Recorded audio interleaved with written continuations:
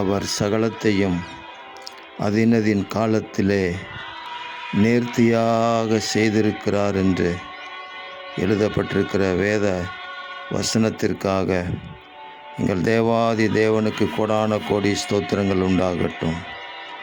எங்கள் தேவன் ஆதி முதல் அந்தம் மட்டும் செய்து வரும் கிரியைகளுக்காக உங்களுக்கு கோடான கோடி ஸ்தோத்திரங்கள் உண்டாகட்டும்.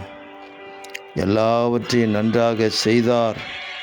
செவிடர் கேட்கவும் ஊமையர் பேசவும் பண்ணுகிறார் என்று சொல்லி மென்மேலும் ஜனங்கள் அன்றைக்கு ஆச்சரியப்பட்டார்களே. எங்கள் ஆண்டவராக இயேசு இன்றைக்கும் கிரியை செய்கிறதற்காக உங்களுக்கு கோடான கோடி ஸ்தோத்திரங்கள்.